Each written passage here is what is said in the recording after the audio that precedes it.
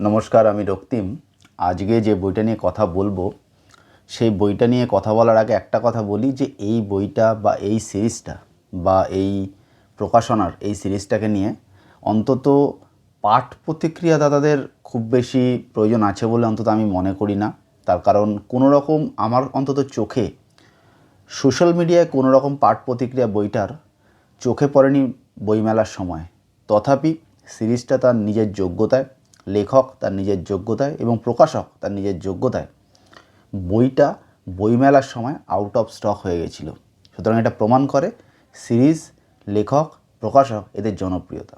সুতরাং পাঠ প্রতিক্রিয়ার অ্যাজ সাচ কী প্রয়োজন আছে অন্তত ওদের রেসপেক্টে সেটা আমার জানা নেই। তবে হ্যাঁ, ডেফিনেটলি আমার সাবস্ক্রাইবার বা ভিউয়ারদের রেসপেক্টে সেটার একটা প্রয়োজন আছে। এবং খুব পপুলার একটা সিরিজের আমি এই মুহূর্তে রিভিউ করতে চলেছি। তো চলুন ভিডিও শুরু করা যাক। প্রথমেই বইটা দেখিয়ে নেব, ডার্ক সিক্রেট দীপচক্র, বিবেক সিরিজ 4 নম্বর বই। বইটাকে খুলে দেখাবো। বইটা এরকম দেখতে, সামনে থেকে দেখাই। বইটাকে এরকম দেখতে, শপিজেনের পেজ এবং প্রিন্ট কোয়ালিটি যথেষ্ট ভালো এবং প্রশ্নাতীত। পিছন দিকটা এরকম এরকম থিকনেস, এইগুলো একটু দেখিয়ে দিই। এরকম এদিক থেকে দেখাই এরকম। এখানে লেখক পরিচিতি রয়েছে, যেটা নিষ্প্রয়োজন এই মুহূর্তে। অন্তত দীপচক্র এখন যে জায়গায় রয়েছেন তার পরিচিতির আর আলাদা করে বলার কিছু প্রয়োজন নেই। বইটার দাম মুদ্রিত মূল্য 350 টাকা আর পেজ নাম্বার হচ্ছে 180। এটা একটা পজিটিভ রিভিউ। পজিটিভ রিভিউ মানে বইটার ব্যাপারে আমি ভালো কথাই বলবো। তাই সমস্ত ভালো কথা বলার আগে দুটো কথা আমি বলে নিতে চাই। আগামী দিনে এই সিরিজটা আরও যখন বেটার করবে তখন ওই দুটো জিনিসে নজর দেওয়া হলে ভালো। প্রথমত বাক্য বিন্যাস, এটা একটু নজর দিতে হবে। 2, যখন কোনো কনভারসেশন বিল্ডিং হচ্ছে, যখন কথোপকথন তৈরি হচ্ছে, সেই কথোপকথনগুলো যেন আরোপিত মনে না হয়, সেটা হলে আরও বেটার হবে। বইটার রিভিউ শুরু করার আগে প্রথমেই আমি বলবো, দেবদত্ত বন্দ্যোপাধ্যায় বইটার ভূমিকা লিখে দিয়েছেন এবং এখানে একটা উনি খুব সুন্দর বিতর্ক উস্কে দিয়েছেন যে পুলিশ স্টোরি আসলে কি। কারণ পুলিশ যেভাবে প্রসিডিউরাল মেনে তদন্ত করে, সেই জিনিস যদি সাহিত্যে নিয়ে আসা হয় সেটা সাহিত্যে কতটা অ্যাপিলিং হবে, তার আবেদন সাহিত্যে কতটা। আবার বাস্তবসম্মত পুলিশ স্টোরি লিখলে সেটার সঙ্গে ঠিক কী কী মাল মশলা যোগ করলে সেটা সাহিত্যে অ্যাপিলিং হবে। অর্থাৎ এই বিতর্কের মাঝখানে কিন্তু দাঁড়িয়ে আছে আগামী দিনে পুলিশ স্টোরির ভবিষ্যৎ। এটা নিয়ে কোথাও কোনো সন্দেহ নেই। এবং এখনকার বাংলা সাহিত্যের পুলিশ স্টোরির ফেস বলে যাকে আমি মনে করি, ইনার থেকে বেশি ভালো লেখক থাকতে পারেন, ইনার থেকে কম ভালো লেখক থাকতে পারেন তুলনামূলক বিচারে, কিন্তু পুলিশ স্টোরির যদি একজন কোনো কেউ ফেস হয় সেটা দীপচক্র। তো সেই দীপচক্রের এবং পুলিশ স্টোরি নিয়ে তার যে ডেডিকেশন, তার যে অবদান, এটা অনস্বীকার্য। তো বিবেক সিরিজ 4 ডার্ক সিক্রেট বইটাকে আমি আরও একবার দেখাবো। এই বইটা দীপচক্র নিজেকে ভেঙে চুরে তৈরি করেছেন। অর্থাৎ এর আগের 3টে গল্পে বা উপন্যাসে আমরা বিবেক সিনহাকে যে কাজ করতে দেখেছি, সেই কাজ বিবেক সিনহাকে আমরা আর এইখানে করতে দেখব না। প্রথমত, বিবেককে বাংলার বাইরে বের করে দীপচক্র নিয়ে গেছেন এবং সেখানে দুটো প্যারালাল এনকোয়ারি সেট করে, একটা অফিসিয়াল একটা আনঅফিসিয়াল, তিনি গল্পটাকে সেট করেছেন। গল্পটা আমি খুব একটা বলছি না, এটা একটা মার্ডার মিস্ট্রি। কিন্তু যেহেতু দীপচক্র নিজেকে ভেঙে চুরে তৈরি করেছেন, তাই আমিও একজন বুক টিউবার হিসেবে বা রিভিউয়ার হিসেবে এই বইটার রিভিউতে সেই কথাগুলোই বলবো যে কথাগুলো আমি আজ অবধি কোনো দিন বিবেক সিরিজের রিভিউ করার ক্ষেত্রে বলিনি। অর্থাৎ আমিও নিজেকে ভেঙে চুরে নতুনভাবে একটু রিভিউ করার চেষ্টা করছি। অর্থাৎ দীপচক্র মানে আমরা যেটা বুঝি, কুইন্টিসেন্সিয়াল দীপচক্র মানে আমরা যেটা বুঝি, একদম প্রসেস ফলো করে পুলিশ ইনভেস্টিগেশন, সেটা তো সকলে জানে। এবং দীপচক্র বইপাড়ায় সেই অ্যাওয়ারনেসটা তৈরি করতে পেরেছেন। আগামী দিনে যখন কেউ পুলিশ ইনভেস্টিগেশন লিখবেন, সেও একটু সাবধানে লিখবেন, এটা তো আমরা জানি। কিন্তু এটার বাইরে কি বইটা অফার করছে সেটা নিয়ে আমি কথা বলবো। প্রথমত দেখুন, দীপচক্রের লেখায় বর্ণনার গুরুত্ব আমি খুব বেশি এর আগের লেখাগুলোতে খুব বেশি দেখিনি। কিন্তু এখানে দীপচক্র অনেকটা নিজেকে ভেঙে চুরে নিজের স্বাভাবিকতার বাইরে বেরিয়ে বর্ণনা করেছেন। এই গল্পের লোকেশন বিহার, ঝাড়খণ্ডের বিভিন্ন জায়গা, দেবীপুর, এছাড়াও অনেকগুলো জায়গা রয়েছে। সেই জায়গাগুলোকে সাহিত্যের পাতায় যদি রিক্রিয়েট করতে হয়, তার জন্য বর্ণনার একটা বিরাট ভূমিকা আছে। দীপচক্র সেটা করেছেন, করার চেষ্টা করেছেন। এবং এই সিরিজটা দীপচক্র যেন পাঠককে তার না বলা কথা বলেছে যে দেখো, আমি তোমাদের নতুন কিছু অফার করছি। এটা হচ্ছে সবচেয়ে বড় ব্যাপার। দ্বিতীয়ত, বিবেককে তার চেনা ছন্দের বাইরে, অর্থাৎ সবসময় দেখবেন বড় স্পোর্টসম্যানরা বলে যে আপনি সবাইকে একটা জলে ফেলে দিন, তারপর যে পারবে best will find its own way. এবার বিবেককে ঠিক সেইভাবে দীপচক্র তার চরিত্রকে জলে ফেলে দিয়েছেন।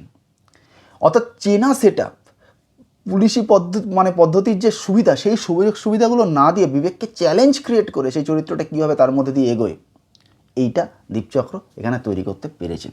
দ্বিতীয়ত, গল্পের মধ্যে কিছু কিছু পুরনো ইতিহাস, জমিদার বাড়ির পুরনো ইতিহাস যেটা এমনভাবে ঢুকিয়েছেন সেটা দুর্দান্ত। এবং আরও একটা জিনিস করতে পেরেছেন, এটা যেহেতু একটা সাইকো থ্রিলার, সেই সাইকো থ্রিলারে যার সাইকো সমস্যা আছে সেটাকে এমন একটা কায়দায় উনি ব্যাখ্যা করেছেন যেটাও কিন্তু আমি এটা বলছি, আমরা দীপচক্র বলতে যেটা বুঝি সেইটা কিন্তু এই বই নয়। দীপচক্র নিজেকে কার্যত নিজের কমফর্ট জোনের বাইরে বের করে এনেছেন। এই এত কিছু বলার পরে এবং এই এতগুলো পজিটিভ পয়েন্টের পরে আমার কিন্তু সবচেয়ে যে পজিটিভ পয়েন্টটা মনে হয়েছে সেটা আমি বলছি। তার আগে বলি, আমার পক্ষে তো এই মুহূর্তে বাংলায় বা পশ্চিমবাংলায় সাহিত্যে অ্যাভেলেবেল সমস্ত পুলিশ স্টোরি পড়া সম্ভব হয়নি, খুব সত্যি কথা বলতে সম্ভব হয়নি। আমি বহু পুলিশ স্টোরির কথা জানছি, কিন্তু যা আমি পড়েছি সেই পুলিশ স্টোরিগুলো পড়ে আমি পুলিশ চরিত্রগুলোকে যা বিশ্লেষণ করতে পেরেছি সেগুলো খানিকটা এইরকম। একটা ক্যাটাগরি পুলিশ চরিত্র আছে যাদেরকে খুব কাছের মানুষ মনে হয়, ঠিক আছে, মানে মনে হবে যে আমার ফ্যামিলি মেম্বার ওরকম একটা কেউ হলে ভালো হয়, আমার একটা দিদি ওরকম হলে ভালো হয়, আমার একটা বোন ওরকম হলে ভালো হয়, আমার একটা গার্লফ্রেন্ড ওরকম হলে ভালো হয়, এরকম। এছাড়া রয়েছে খুব ফ্ল্যাশি ফ্ল্যামবয়েন্ট ক্যারেক্টার, এরকম রয়েছে। বেশ কিছু নারীবাদী পুলিশ চরিত্র রয়েছে যাদের মধ্যে একটা নারীবাদ ব্যাপারটা রয়েছে, যদিও এই নারীবাদটা খুব ওয়েল ডিফাইন্ড বিষয় নয়, তবুও একটা যদি একটা ঠিক কী বলবো, একটা ফেসবুক কেন্দ্রিক নারীবাদ ব্যাপারটা যেটাকে বলে আর কি, ফেসবুকে যে ধরনের কথাবার্তা শেখা, সেই টাইপের নারীবাদী কিছু চরিত্র কিন্তু বাংলা এই মুহূর্তে সাহিত্যে অ্যাভেলেবেল রয়েছে। তারা যে ভালো গল্প না খারাপ গল্প সেগুলোর মধ্যে আমি যাচ্ছি না, কারণ অন্য বই নিয়ে আলোচনা করার জায়গায় এই ভিডিও নয়। কিন্তু আমি বলছি, খুব দায়িত্ব নিয়ে বলছি, আমার সাবস্ক্রাইবারদের বা ভিউয়ারদের, আমরা সকলে মিলে যদি একটা চেষ্টা করি আর একটা পুলিশ চরিত্র জোগাড় করতে যার মধ্যে নির্লিপ্তি রয়েছে, অচঞ্চল, একদম স্থির এবং অবিচলভাবে নিজের লক্ষ্যে স্থির থাকা, এরকম যদি কোনো চরিত্র যদি আপনারা খুঁজে বের করতে পারেন আমাকে কমেন্ট করে জানাবেন। আমি সেই পুলিশ স্টোরি, সেই সিরিজ, সেই লেখকের বই পড়ব। আমার নজরে নির্লিপ্ত পুলিশ চরিত্র বিবেক সিনহা ছাড়া আর কাউকে চোখে পড়েনি। এটা কেন ইম্পর্টেন্ট আমি বলছি, তার কারণ গোয়িং ফরওয়ার্ড টিকবে কিন্তু চরিত্র, টিকবে কিন্তু ন্যারেটিভ। আপনারা খেয়াল করবেন, যদি সিনেমাগুলো না হতো, সিরিজগুলো না হতো, কটা ফেলুদা বা ব্যোমকেশের গল্প আমরা মনে রাখতাম না। আমাদের মনে থেকে যে একটা লোক চারমিনার খায়, রিং রিং করে ধোয়া ছাড়ে, সে সকালবেলা যোগব্যায়াম করে, অর্থাৎ চরিত্র আমাদের মনে ধরে চরিত্র। গোয়িং ফরওয়ার্ড বিবেক সিরিজ বা দীপচক্রের এই সিরিজ যদি বাংলা সাহিত্যে একটা কাল্ট পর্যায়ে চলে যায়, সেটা আমি বলতে পারবো না, সেটা ইতিহাস আর সময় বলতে পারবে। সেটা কিন্তু যাবে, তার অন্যতম বড় কারণ হচ্ছে বিবেক সিনহা এই চরিত্রের জন্য। এই চরিত্রটাকে যেভাবে দীপচক্র ভেবেছেন এবং ক্রমাগত যত এগিয়েছে, এইখানে বিবেকের মধ্যে অস্থির অচঞ্চল হয়ে যাওয়ার একটা স্কোপ ছিল। আমি বারবার বলছি, একটা প্যারালাল এনকোয়ারির মধ্যে বিবেকের একটা স্যান্ডউইচ কন্ডিশন ছিল। সেই স্যান্ডউইচ কন্ডিশনের মধ্যে সবচেয়ে বড় যেটা দরকার সেটা হচ্ছে নির্লিপ্তি, নিজের আবেগের ওপর কন্ট্রোল, নিজের সব কিছুর উপরে উঠে নিজের লক্ষ্যের প্রতি অবিচল থাকা। যে কারণে কোনো স্পোর্টসম্যানকে দেখবেন মিডিয়া বলে যে ক্যাপ্টেন কুল বা এই টাইপের, এটার কারণ হচ্ছে তিনি কিন্তু আবেগকে খুব বেশি শো করেন না। এরকম পুলিশি তদন্ত যেখানে জটিলতা রয়েছে, সেখানে খুব ছটপট করলে আপনি কিন্তু তদন্তটা করতে পারবেন না, খাপে খাপ মেলাতে পারবেন। মাথায় রাখবেন, তদন্ত কিন্তু আপনাকে যুক্তি দিয়ে প্রতিষ্ঠা করতে হবে, আপনার থিওরিকে এভিডেন্স ব্যাক করে প্রতিষ্ঠা করতে হবে। আমি সত্যি কথা বলছি, আমার যতটুকু আমি যা বুঝেছি, আমার গবেষণা যা বলছে, পুলিশ স্টোরিতে নির্লিপ্ত চরিত্র, আপনারা যদি আমার সঙ্গে দ্বিমত পোষণ করেন তাহলে এর থেকে বেশি কোন চরিত্রটা নির্লিপ্ত, কোন লেখকের কোন প্রকাশনার, আমাকে একটু কমেন্ট করে জানাবেন। এর থেকে বেশি নির্লিপ্ত চরিত্র বিবেক সিনহার থেকে কোনো নির্লিপ্ত চরিত্র আমি দীপচক্রের যে আরেকটা চরিত্র রয়েছে অভিরাজ, সেটাকেও রাখছি না। আমি একমাত্র বলছি বিবেক সিনহার চেয়ে নির্লিপ্ত কোনো চরিত্র আমি কিন্তু এখনকার বাংলা সাহিত্যে দেখিনি পুলিশ চরিত্রে।